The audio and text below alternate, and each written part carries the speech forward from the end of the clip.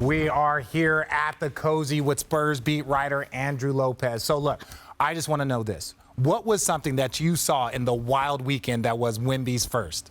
You know, we talked to him after that Rockets win. Mm-hmm. One thing that stood out to me was how much joy he had after that win. It's one regular season game, but when Keldon Johnson finishes that game off with the two-hand dunk, he's jumping up and down. He's going to find his teammates. He's running all around.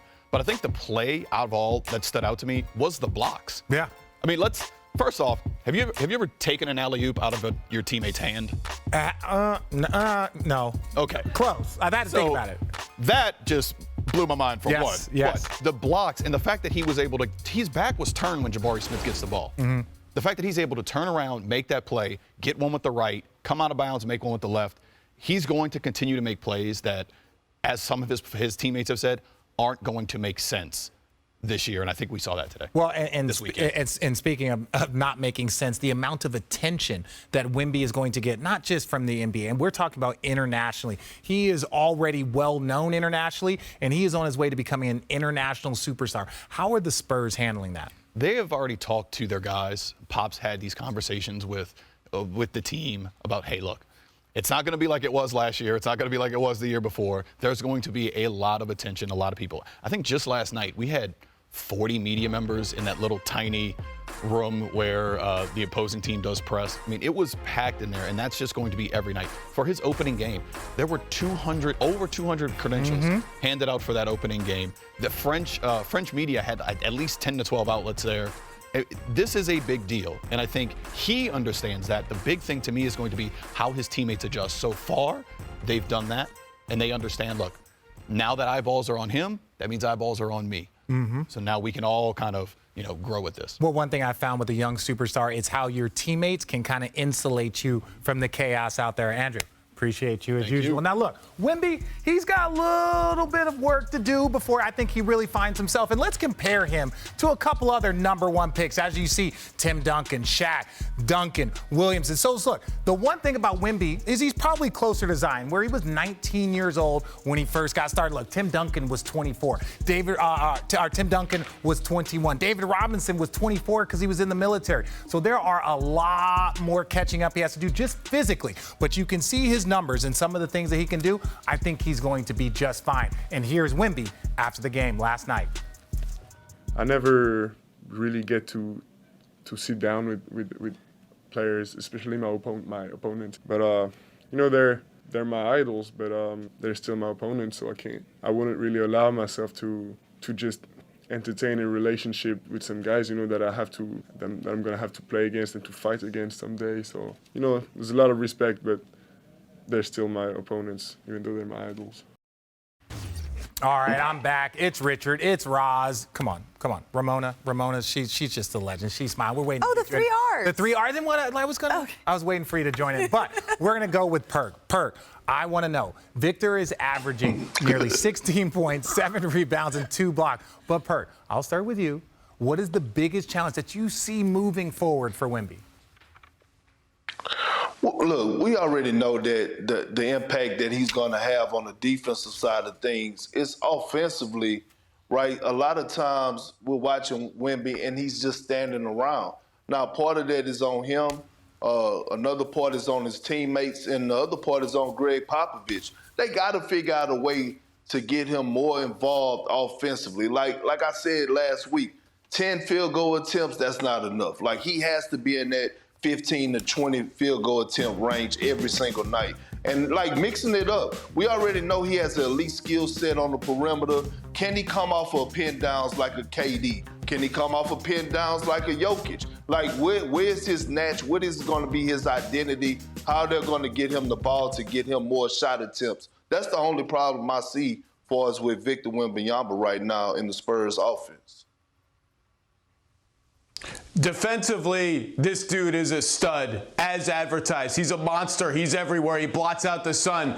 Offensively, Perk nailed it. And part of the problem is the Spurs are starting this gigantic lineup with Jeremy Sohan at point guard that has almost no shooting other than Devin Vassell. And you can see them trying to run little actions to spring Wemby. Cross screens, little screens here and there. Occasionally he handles the ball in the pick and roll. There's just nowhere to go. All 5 defenders are in the lane constantly. Their offense is dying in those minutes, and it's no coincidence when Trey Jones comes in, they have a real point guard on the floor, a little bit more shooting. Their offense has been better. It's going to be hard for him to find openings and advantages when it's so cramped. But look, 3 games in, Perk nailed it. They're going to start to run more variety of stuff for him, more kinds of actions, and he'll be fine. But that lineup, it's struggling offensively.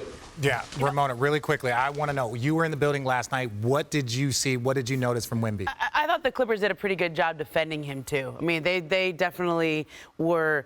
There's a play right where he's got in the open court, Russell Westbrook comes over to contest. And instead of just dunking it on his head, you can see the pressure bothers him. Watch Russ contest, and he gets... he's 7'3". He can dunk over him. Now, he gets the foul there, goes to the free throw line. But that kind of physicality and that kind of contest should not bother a guy who's that big and that strong and physically dominant. Yeah, I don't think it's going to bother him for very long. I think he's going to learn. Greg Popovich is going to tell him. And we don't quite, he's not timid. His aggressiveness and his play is not timid. So those are the plays where it's like, Wemby, go let them foul you. Go take that. And to Perk's point where he says they got to find him more shots, I don't think that that's what the San Antonio Spurs, that's not their goal right now. Their goal right now is to put him in a position, let him figure out the game, and then they're going to build block by block. He's the number 1 pick. Yeah, that's great. That is their goal. He is their goal. And look, this win for Atlanta, first one on the season. Dame Lillard has some things he wanted to talk about. We still learning each other. I think it's a process of when I do have a start like this or have a game like this, how do I find it, without holding on to the ball? Where do I find those moments and those opportunities to get myself going, so I can be a positive out there. So that's part of the process. It's just our second game. We haven't played a bunch of games together, and I think as we go, we'll figure that out, and get better and better at it. Now, look, we didn't expect the Hawks to go undefeated. That's not what we were thinking. But, look, a 17-point loss at home in Game 2 was still a little bit surprising. So, Perk, was this a big deal, little deal, no deal? Tell me about it.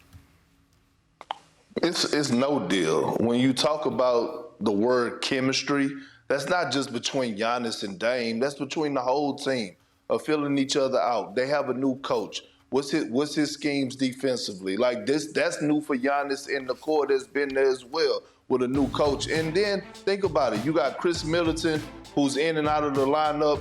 And my thing is, how are they going to bounce back? I believe they played a night against the Miami Heat. That's my question. How are they going to bounce back and respond? We didn't expect them to go undefeated, and they're going to figure things out. They have no other way but to figure things out. No, I agree. Now, Zach, my question to you is, what do you want to see more from the Milwaukee Bucks? You got a couple of games now. What are you seeing in their offense? What do you want to see more of? I want to see more Dame Giannis two-man game. That's the show. That's what we came for. We haven't seen enough of it, and Dame is right. He doesn't have the ball enough. In the first 2 games that we've seen him play, the last 2 anyway, 11 pick and rolls between Dame and Giannis against Philly, 7 last night against Atlanta. That's not enough. That should be spammed over and over again. And look, part of it, Perk is right. Without Chris Middleton around that play, it's a little bit less effective. And, they need him. And this minutes restriction and in and out, we'll see how long it lasts. But I want more Dame with the ball, more Dame Giannis pick and roll. That's what you get Damian Lillard for. Let's go.